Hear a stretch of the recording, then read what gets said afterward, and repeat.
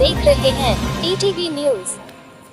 आज हम मौजूद हैं बुलंदशहर की नगर पालिका परिषद में अध्यक्ष पद की दावेदार श्रीमती प्रीति अग्रवाल जी के निवास पर। तो हम उनसे जानेंगे किस प्रकार से उनका मोटिव रहेगा चुनाव लड़ने के लिए। जैसा कि सुना गया है कि उन्होंने भारतीय जनता पार्टी को आवेदन पत्र दिया है इस सीट पर टिकट के लिए। तो उनसे इसी संबंध में कुछ बात पूछते हैं। नमस्कार प्रीति जी। नमस्कार। तो जैसा हमने सुना है कि आपने आवेदन पत्र दिया है अध्यक्ष महोदय के यहाँ पर कि आप बीजेपी के बैनर तले चुनाव लड़ने जा रही हैं। तो क्या आपका मोटिव रहेगा अगर बीजेपी अगर आपको टिकट देती है चुनाव के प्रति, तो क्या मोटिव रहेगा आपका? जैसे कि देखने में आता है आए दिन बुलंदशहर के अंदर देखने में आता है कि साफ सफाई नहीं है और आवारा पशु भी सड़कों पर घूमते रहते हैं। गौमाता है, गौमाता के लिए भी कोई सुविधाएं उपलब्ध नहीं है। तो क्या मोटिव रहेगा, आप थोड़ा बताएंगे आप?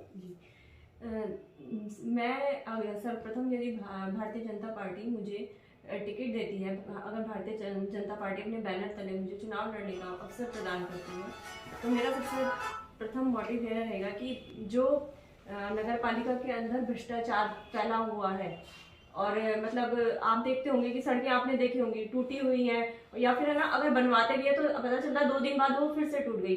तो आप देखिए ये नगर पालिका का कार्य है कि वो उनकी गुणवत्ता की जांच करे और उसमें पारदर्शिता लाए, ताकि लोगों को ये पता चले कि हाँ, अगर आप सड़कों का निर्माण कर रहे हैं तो उसकी ऐसा ना हो कि सड़कें 4 दिन बाद फिर से खराब हो जाए। तो हमारा मोटिव रहेगा कि जो भी हम कार्य करें उसमें भ्रष्टाचार मुक्त हो और जो जनता के लिए सेवा करें उसका उन्हें पूरा फायदा मिले। और दूसरा हमारा ये आपने कहा आवारा पशुओं के लिए। अब आवारा पशुओं को देखिए, आप अभी भी जाइए रात में, देखिए कितना ठंड का मौसम है और गाय जगह जगह आपको बैठी हुई मिलेंगी। और जबकि माननीय मुख्यमंत्री जी की तरफ से गौशाला बनाने के लिए कितना आता है, कितना पैसा आता है, तो वो पैसा कहाँ जा रहा है? आप बताइए कहाँ जा रहा है वो पैसा? तो ये है ना कि अगर आपने गौशाला बनवाई हुई है तो उनके रखरखाव की कौन व्यवस्था करेगा? ये नगर पालिका का कार्य है, वो उनकी व्यवस्था करे। पता नहीं नगर पालिका जो आज मौजूद चेयरमैन है या फिर जो भी है या अब जो बनेंगे, हमारी प्राथमिकता तो ये रहेगी कि अगर हमारे पास वो धन आ रहा है या नगर पालिका मुख्यमंत्री जी की ओर से कि हमें किसी तरीके का अनुदान मिल रहा है, तो हम उनके रखरखाव की उचित व्यवस्था करें, वहाँ कर्मचारी रखें जो उनकी देखभाल करें। गायों की जगह जगह शहरों पे पशु हैं, कुत्ते हैं, आप देखिए क्या स्थिति है।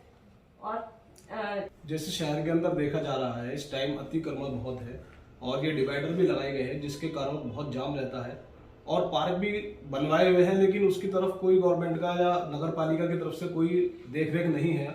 तो उस बारे में आपका क्या कहना है, उसको आप किस टाइप से देखते हैं? अतिक्रमण की वजह से आपने देखा होगा मुख्य बाजारों में भीड़ की और जाम की इतनी बुरी स्थिति है, क्योंकि नगर पालिका द्वारा उनके लिए ना तो वाहनों को खड़ा करने के लिए किसी भी तरह की पार्किंग की व्यवस्था नहीं की गई है। तो हमारा कार्य ये रहेगा कि हम उनके लिए आसपास ही कहीं जहाँ पर भी एक जगह हो, खाली जगह हो, उसके लिए पार्किंग की व्यवस्था बनाए ताकि जाम से शहर को मुक्ति मिल सके। और रही बात डिवाइडरों की, तो आपने देखा होगा डिवाइडरों पर जहाँ जरूरत है वहाँ डिवाइडर लगवाए जाए। छोटी सड़कों पर अगर डिवाइडर लगवा देते हैं तो जाम की स्थिति पैदा हो जाती है।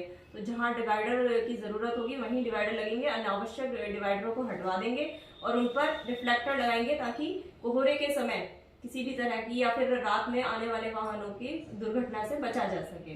देखा जा रहा है कि सड़कों पर कूड़ा बहुत ज्यादा पड़ा रहता है, कूड़ेदान भी नहीं है और जो हमारी माता बहनें अपने घर से निकलकर बाजार की तरफ आती हैं तो उनके लिए कोई शौचालय की व्यवस्था भी, मैंने देखा है, शहर का भ्रमण किया है, कोई शौचालय की व्यवस्था भी नहीं है।